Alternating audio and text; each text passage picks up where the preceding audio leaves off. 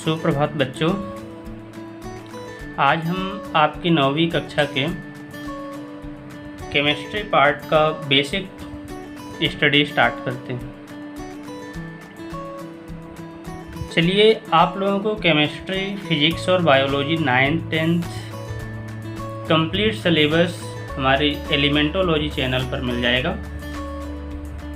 आप लोग अपने सिलेबस की कंप्लीट स्टडी जैसे कि वीडियो लेक्चर, पीडीएफ में मटेरियल और वर्कशीट, सभी चीज़ें आप एलिमेंटोलॉजी चैनल पर प्राप्त कर सकते हैं। कोई डाउट्स है आपको तो आप कमेंट पर क्वेश्चन कर सकते हैं, उसमें आपको सेटिस्फैक्ट्री आंसर मिलेगा। चलिए, जुड़ने की कोशिश करिए। केमिस्ट्री के बेसिक से हम स्टार्ट करते हैं। मैटर, जब भी हम केमिस्ट्री पढ़ने की बात करते हैं तो उसमें पहला वर्ड हमारे लिए है मैटर। अब देखिए, यहाँ से हम केमिस्ट्री को स्टार्ट करते हैं। मैटर आप लोगों ने 6th 7th 8th में इसकी डेफिनेशन पढ़ी है। The substances which occupy space, which occupy space having mass and volume is known as matter। Definition क्या बन रही है मैटर की? The substances which occupy space having mass and volume, ऐसे सभी चीज़ें जो स्पेस कवर करता हो, जिसका कुछ न कुछ मास हो और जिसमें कोई एक पार्टिकुलर वॉल्यूम हो, फिक्स वॉल्यूम हो, that is known as matter। air, chair, table, etc. all these things are matter, क्योंकि इनका खुद का कुछ ना कुछ वॉल्यूम होता है, इनका खुद का मास होता है और ये स्पेस कवर करती हैं। एयर के रिस्पेक्ट में भी आप कंफ्यूज मत हो। एयर का मास होता है, बहुत कम होता है, इसलिए हमको लगता है कि एयर का कोई मास नहीं है। एयर में भी मास होता है। फिर मैटर क्या नहीं है? फीलिंग्स, वो मैटर्स की कैटेगरी में नहीं आते हैं, ध्यान रखिएगा। After that classification of matter, matter का क्लासिफिकेशन आप लोग इसके पहले भी पढ़े हैं, फिर से हम रिपीट करने की कोशिश कर रहे हैं केवल यहाँ, क्योंकि ये जो बेसिक पॉइंट है ये 6th 7th 8th में कहीं ना कहीं पढ़ने को मिल जाता है। Matter can be classified into 2 part, pure and impure. Pure which is made bye same types of components,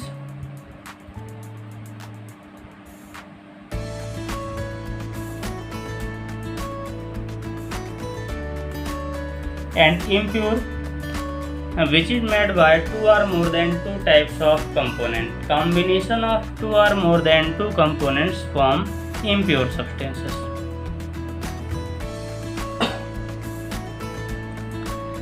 pure substances फिर से 2 टाइप के होते हैं, element and compound.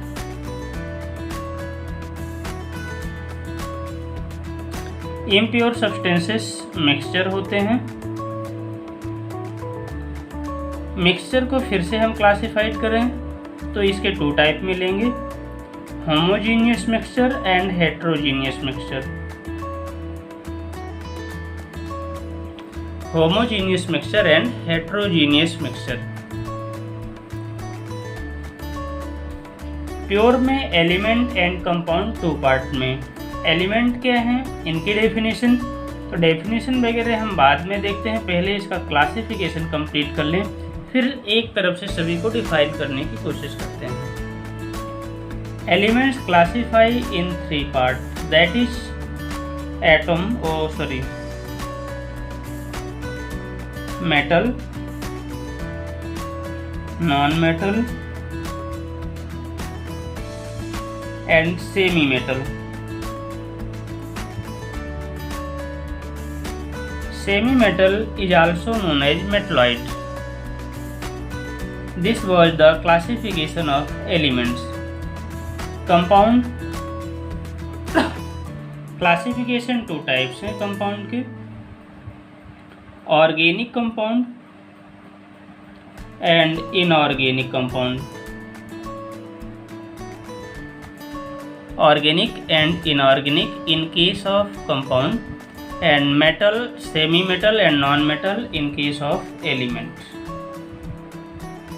Elements is also classified in three parts on the basis of states: solid, liquid and gas. Or we can say that elements have three state also: solid, liquid and gases. ये तीनों state में मिलते हैं. One more classification of element is atoms and molecules.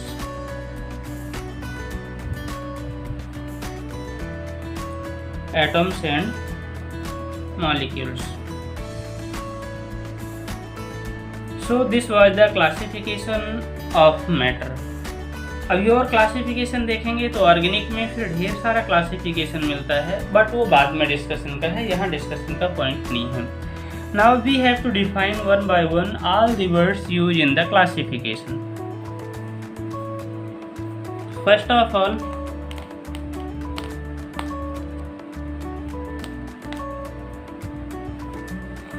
इसमें element,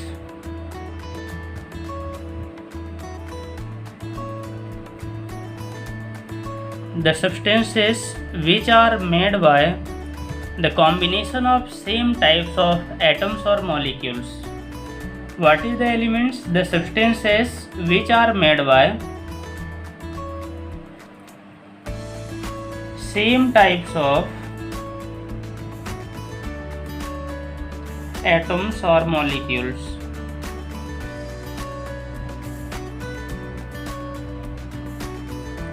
Is known as element. इससे ज़्यादा हमको इसमें कुछ भी नहीं सोचना है. अब एलिमेंट में हाइड्रोजन, नाइट्रोजन, आयरन, कोबाल्ट, जितनी भी चीज़ें आप पीरियोडिक टेबल में देख रहे हैं वो सब के सब एलिमेंट ही हैं. Everything, the substances which are made by the combination of same types of atoms or molecules. Different atoms या different molecules नहीं होना चाहिए. Either same types of atoms or same types of molecules. Now we have classified elements into three parts, that is solid, liquid and gas. So these are the states of elements. Some elements find in solid state, some in liquid state and some in gaseous state. So when we discuss about the gaseous state, then there are a number of elements in gaseous state: oxygen, nitrogen, hydrogen, helium, neon, etc. When we discuss about the liquid state, then we have only two elements in liquid state, that is bromine and mercury. We have only two elements, bromine and mercury, which is found in liquid state. After that, when we discuss about the solid state, then all the other elements, कुछ gases और हो सकती हैं एक दो, बाकी mostly elements find in the solid state. उसमें iron आप वेल नोन है, gold, silver, platinum etcetera. All these are the elements in solid state. After that we will discuss about the metal.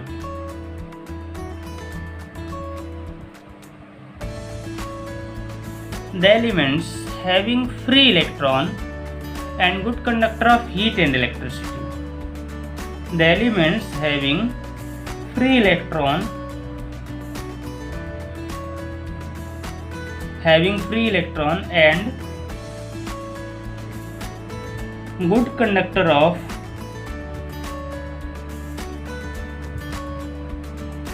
heat and electricity are known as metal. All the elements which have free electron, which do not participated in the generally which are free in state, the electron which is in free state in the elements, due to this free electron, elements become good conductor of heat and electricity. Then we can say such type of metals, such type of elements are considered as metal.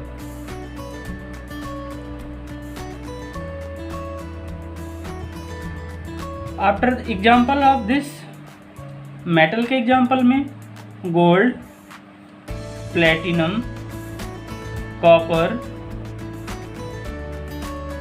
Sodium, potassium etcetera. Non metal, all the elements which do not possess free electron and are bad conductor of heat and electricity is known as non-metal. All the elements which do not possess free electron and bad conductor of heat and electricity is considered as non-metal. So, bad conductor of heat and electricity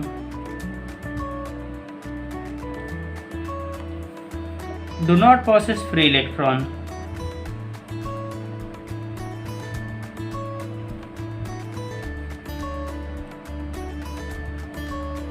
is known as non-metal.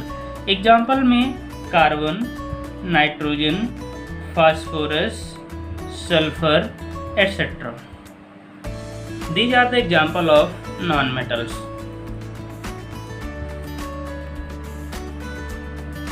After that,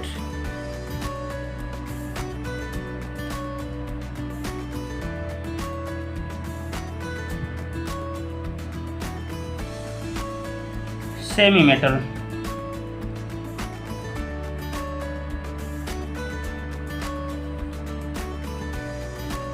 What is semi-metal?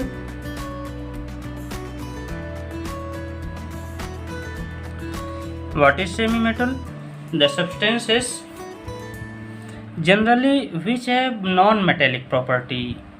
Every elements which have non-metallic property in general condition, but after introducing impurity and increasing temperature, it show the properties of metals, is known as semi-metal or metalloid. Means the substances which in general case show the properties of non-metals, which are bad conductor of heat and electricity in general condition, but after introducing impurity or by increasing the temperatures, it become good conductor of heat and electricity, is considered as semi-metal or metalloids. तो इसकी definition define करते हैं. Elements which show the properties of non-metal in general condition, but after, देखिए condition दो हैं. After introducing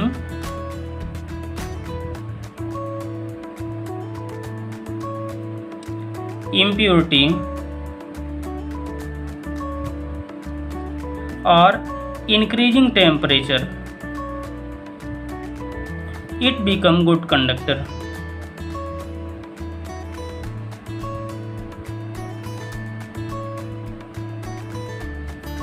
Of heat and electricity.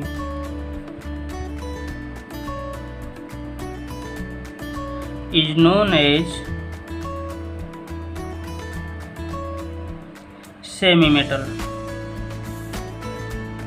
तो देखिए definition very simple है, all the substances which have non metallic property initially but it become metallic by some conditions that are considered as semi metals. इसमें हमको इससे ज़्यादा कुछ भी discuss नहीं करना। एग्जाम्पल में सेमी मेटल का सिलिकॉन एंड जर्मेनियम बड़े अच्छे एग्जाम्पल हैं, पॉपुलर एग्जाम्पल। आप लोग देखेंगे सिलिकॉन की चिप बनी होती हैं, मेमोरी कार्ड बने होते हैं, उसमें जो कंडक्टिंग नेचर्स होता है वो सिलिकॉन के थ्रू होता है, सिलिकॉन मेटल और सेमी मेटल्स यूज होता है उसमें।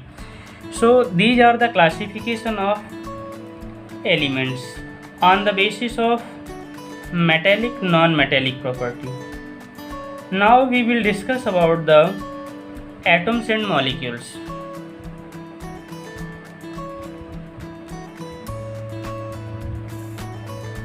Atoms,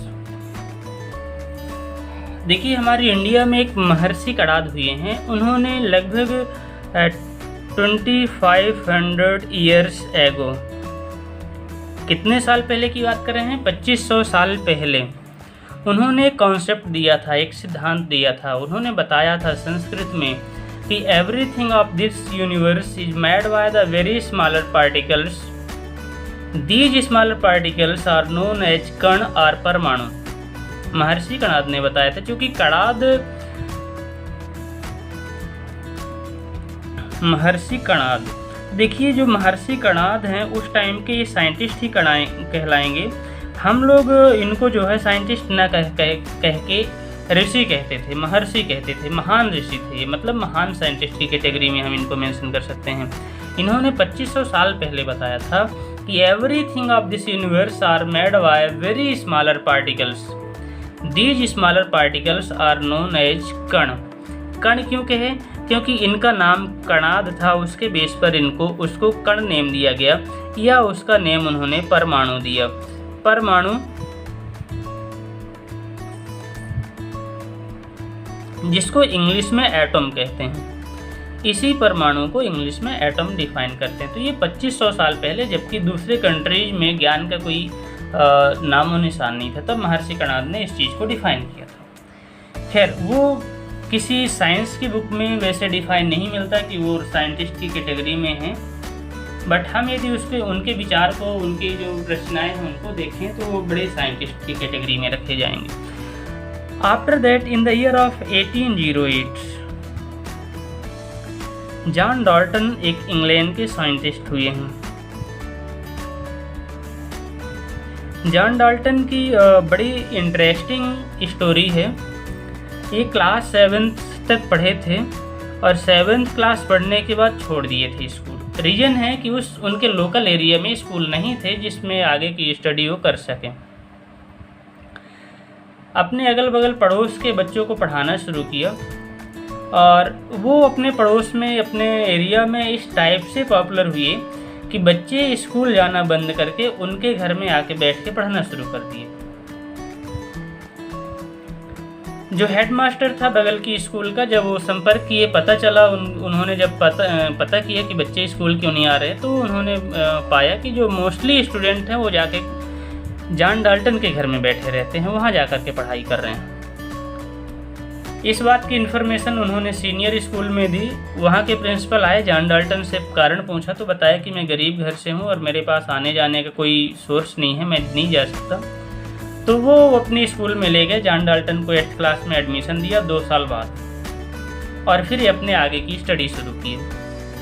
एक बार उनके सीनियर प्रिंसिपल जो थे वो जा रहे थे किसी कॉलेज में मीटिंग में, जहाँ कॉन्फ्रेंस थी, सेमिनार था। उस सेमिनार में जॉन डाल्टन को ले गए अपने साथ। कुछ और स्टूडेंट्स थे, उनमें जॉन डाल्टन भी था और उनके प्रिंसिपल के साथ में कुछ टीचर्स भी थे।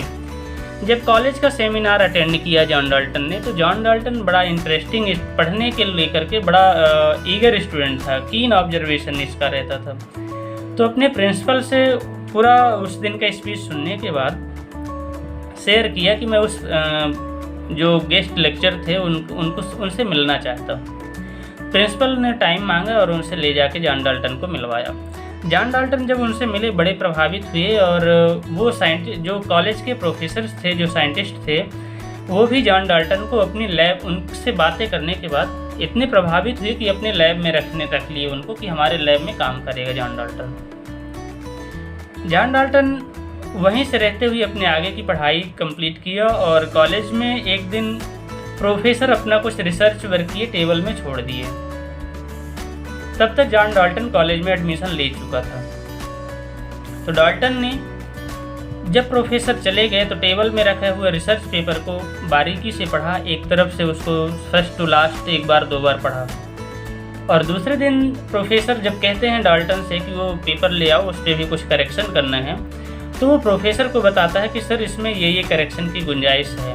तो उसके प्रोफेसर आश्चर्यचकित रह गए कि इस लड़के को कैसे पता कि इसमें क्या करेक्शन की ज़रूरत है, जबकि बर्ड लेवल के साइंटिस्ट उनके रिसर्च पेपर की एनालिसिस नहीं कर पाते थे। उस टाइम पे ही जॉन डाल्टन की प्रतिभा का उन्होंने अनावरण किया और दो अपने मित्रों से बताया कि ये बड़ी प्रतिभा के धनी व्यक्ति हैं। वो जॉन डाल्टन 28 साल की उम्र में जब डाल्टन्स एटॉमिक थ्योरी लिखी और नेशनल और इंटरनेशनल लेवल पे पब्लिश हुई, रिसर्च पेपर पर पब्लिश हुई डाल्टन्स एटॉमिक थ्योरी के नेम से, तब साइंस में जाके एक रिवॉल्यूशन आ गया अचानक। रिवॉल्यूशन क्यों आ गया? क्योंकि इसके पहले साइंस में जो भी स्टडी होती थी मैक्रोमोलिक्यूल्स की स्टडी होती थी। डाल्टन्स की एटॉमिक थ्योरी के बाद इन द ईयर ऑफ 1808, जबकि वो 28 साल की एज में थ्योरी दिए थे, उस थ्योरी के आने के बाद माइक्रोमोलिक्यूल्स पर स्टडी स्टार्ट हो गई और जो साइंस का डायरेक्शन था वो डायरेक्शन ही चेंज हो गया। मैक्रोमोलिक्यूल से हट करके अचानक से साइंस जब माइक्रोमोलिक्यूल में एंटर हुआ, तब जा कर के हमको ये इलेक्ट्रॉन, प्रोटॉन, न्यूट्रॉन और डिफरेंट कॉन्सेप्ट देखने को मिले, पढ़ने को मिले, और जा कर के आज जो साइंस वर्क कर रहा है, नैनो टेक्नोलॉजी पे काम कर रहा है और उस स्मॉलर पॉइंट पे बात कर रहा है जिसको हम देख भी नहीं सकते। खैर, we want to discuss about the atoms. Atom word is made by two words, that is A plus term. A means un and term means cuttable. So the final meaning of atoms is uncuttable. According to this, atom is the smaller particle which cannot divided into smaller part. Atom is the smallest particle which cannot further divided into smaller part.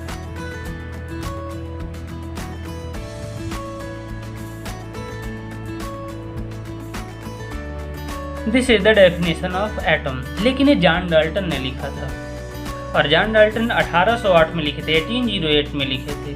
अब वो इस time से उनके John Dalton के time से अभी तक में ढेर सारे साइंटिस्ट आ चुके हैं जो उन्हीं के रिसर्च वर्क की एनालिसिस किए और उनसे कहीं ना कहीं डेप्थ के पॉइंट को फाइंड आउट करने की कोशिश किए और जॉन डाल्टन की डेफिनेशन में एक करेक्शन कर दिए। मॉडर्न टाइम पे जो डेफिनेशन एटम की डिफाइन की जानी चाहिए वह डेफिनेशन है smaller particle which can not find in free state and take part in the chemical reaction. 3 वर्डों पे फोकस करते हैं अपन। स्मॉलर पार्टिकल, अब देखिए हम स्मॉलेस्ट नहीं कर रहे हैं, smaller particle which can not find in free state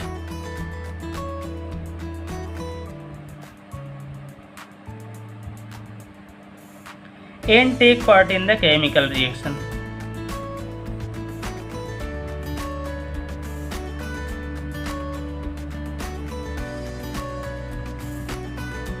Is known as atom.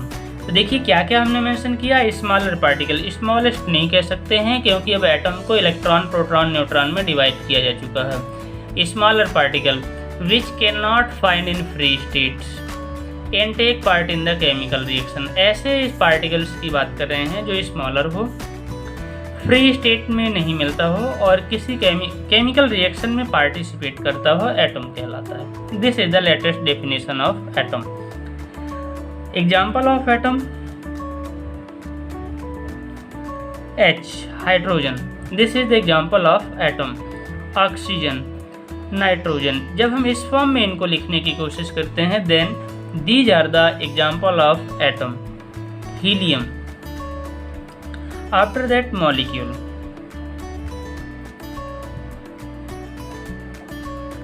What are the molecules?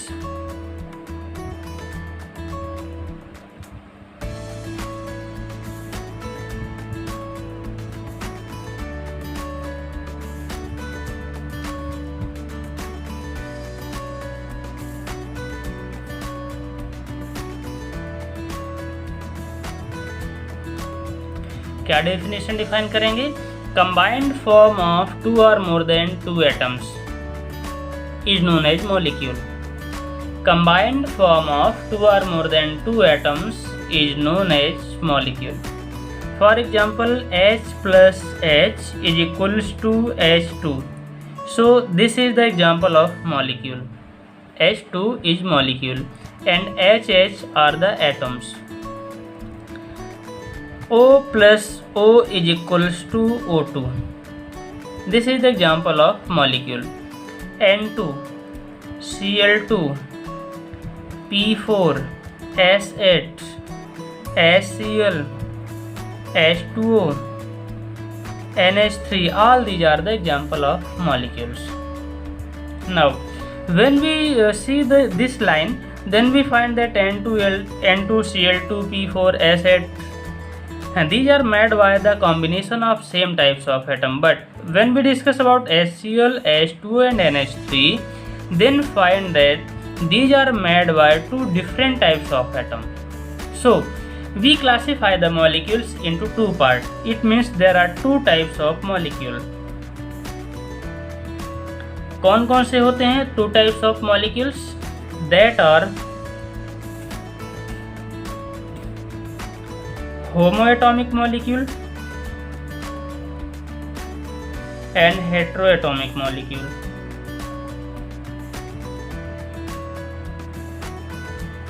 So homoatomic molecule which are made by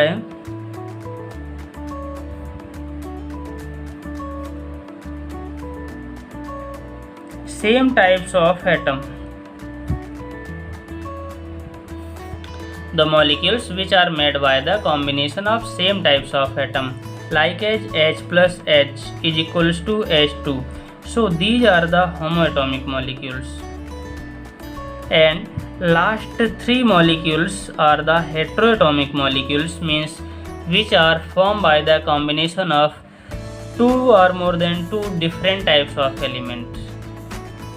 So when two or more than two different types of element combine together, then it form heteroatomic molecules. When same types of atom combine together, then it form homoatomic molecule. After the molecule, we will discuss about the compound.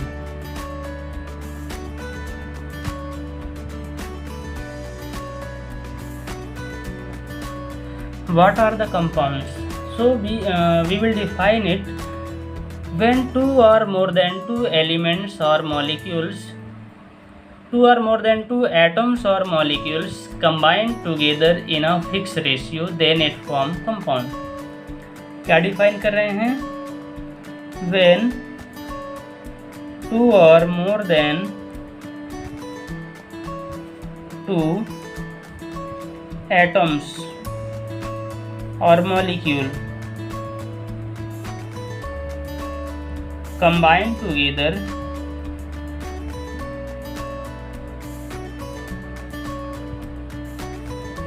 then it form combine together in a fixed ratio.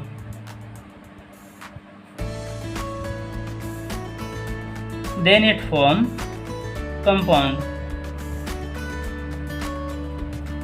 ये definition है इसकी. When two or more than two atoms or molecules combine together in a fixed ratio, ये important point है इसका. Two or more than two elements combine together in a fixed ratio, then it form compound. A very simple example: two hydrogen atom combined with single oxygen atom, then it form H2O. It means hydrogen and oxygen will combine here in the ratio of 2:1. In case of NH3 molecules, when one nitrogen atom combined with 3 hydrogen atom, then it form ammonia molecules.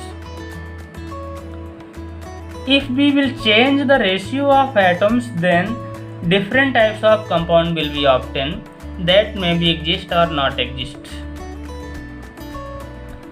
जैसे हम water में देखें H2O, इसको हम H2O ना लिखकर H2O2 लिखने की कोशिश करें, then it is possible that is peroxide. It is known as hydrogen peroxide, H2O2. But if we will write here as HO2, then such type of molecules doesn't have any exist. Such type of molecules doesn't exist. So we can say there is no such type of compound. बन ही नहीं सकता. So here I want to tell you that compounds have fixed ratio of elements either in atomic form or molecular form. चाहे वो atoms हो चाहे molecules हो, किसी भी फॉर्म में हो, उसके एलिमेंटल रेशियो फिक्स होने चाहिए, तभी वो कंपाउंड का फॉर्मेशन करता है. After that organic compound. Organic compound means the compound which are formed by the combination of carbon and other elements. कहने का मतलब है कि कार्बन किसी अन्य एलिमेंट्स के साथ कंबाइन होकर जिन कंपाउंड का फॉर्मेशन करेगा, दैट इज ऑर्गेनिक कंपाउंड. अब ऑर्गेनिक कंपाउंड की कैटेगरी में CO2, CH4, C2H6, all these are organic compound because carbon combined with hydrogen, carbon combined with oxygen to form different types of compound. So simply we can say the compound having carbon atom and other atoms is known as organic. Carbon must होना चाहिए. Inorganic के case में compound formed by the combination of any elements except than carbon. Carbon नहीं होना चाहिए, बाकी कुछ भी हो. Na2SO4, sodium sulphate, NaCl, there is no carbon atom. तो यदि कार्बन नहीं है तो फिर such type of molecules are considered as inorganic molecule और inorganic compound. So this was the classification of matter. After that mixture.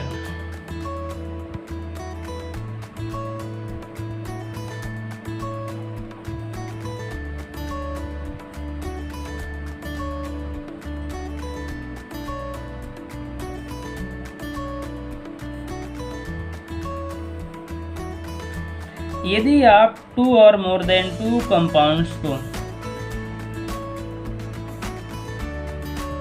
Mix करने की कोशिश करें, then it will form mixture.